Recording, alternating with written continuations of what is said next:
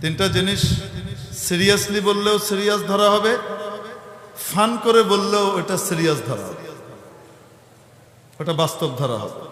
হাজলুহুন নাজিদ, তার মধ্যে একটা হলো তালাক।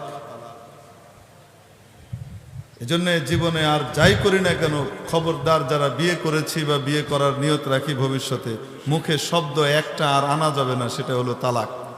যত রাগ হই, যত কিছু হই, সব বলা যাবে, শুধু তালাক বা এই জাতীয় কোনো শব্দ বলা যাবে, বললে বিপদ আছে। এখন মাসআলা তো রানীমাও জানে, চন্দ্রের চেয়ে সুন্দরী না হলে তার উপরে 3 তালাক। শর্ত হলো চন্দ্রের চেয়ে সুন্দরী হতে হবে, তাহলে তালাকটা পড়বে না, আর না হলে তালাক।